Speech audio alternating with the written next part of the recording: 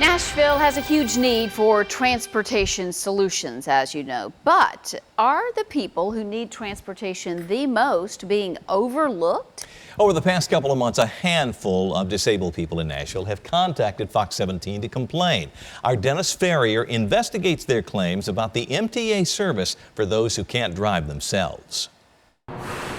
KRISTY Satterfeld is legally blind, and so she qualifies for Access Ride, a van service for people who cannot board or navigate a bus with a fixed route. Danny Mosley is wheelchair bound. The retired water department worker has suffered a variety of health challenges. Leave it. Leave it. James Brown is totally blind. Nevertheless, he has been a safety specialist with TDOT for the past 14 years. Three very different people with different disabilities with the same complaint. They say Access Ride is failing them too often. I'm probably late for work one day out of every 10. So every 2 weeks, I'm probably, 5, 15 minutes late, sometimes even 20 minutes late for work.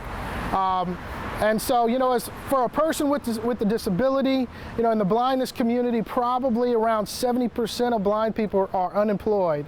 And so, for a population like ours, it's very important for us to be able to get to work on time. Satterfeld also works and also finds herself struggling to stay punctual.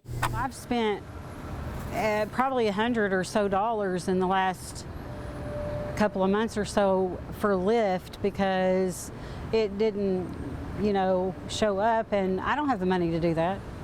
I mean, when you're supposed to provide me a service, get your act together, provide the service, I feel like the accountability, somebody needs to have accountability. That somebody is Dan Freudberg. He is the Director of Service Quality for Access Ride. But we do take that seriously, and we want to look into each individual incident, but more importantly, really for us, we want to understand what the trends are so that we can prevent those in the future. Freudberg says that Access Ride is 87% on time for pickup and 84% on time for drop-offs. He thinks that's good, and you might too, until your work tardy starts showing up. And I can't be late to work once a week. Absolutely. Right? I mean, a lot of us can't. No, that's true.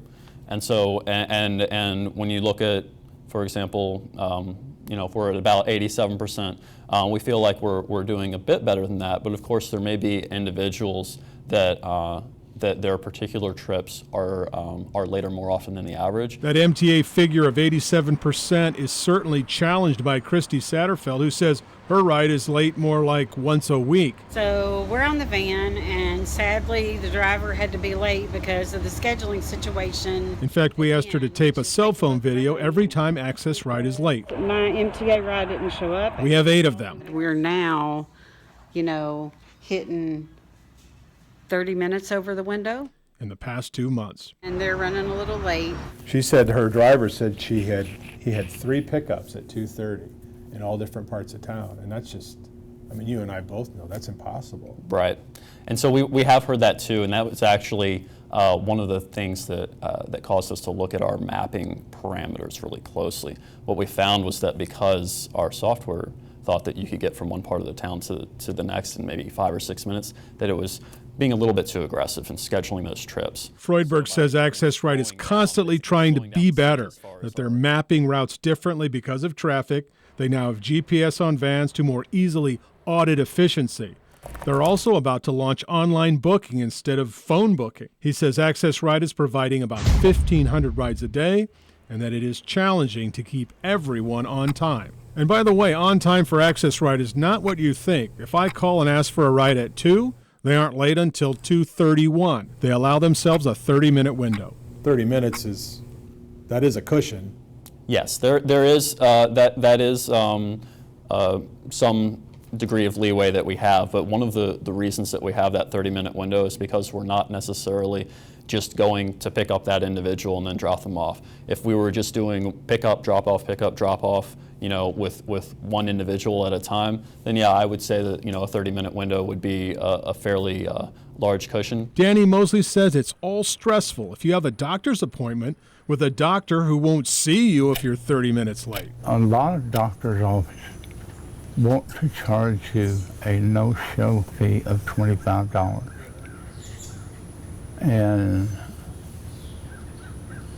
People like us, we can't pay that. Mosley has actually waited out in the rain for 45 minutes after going to dinner with his wife. MTA access rides should have been here. A bad end to what should have been a rare and enjoyable date night. Mayor Berry is talking about transportation, mass transportation.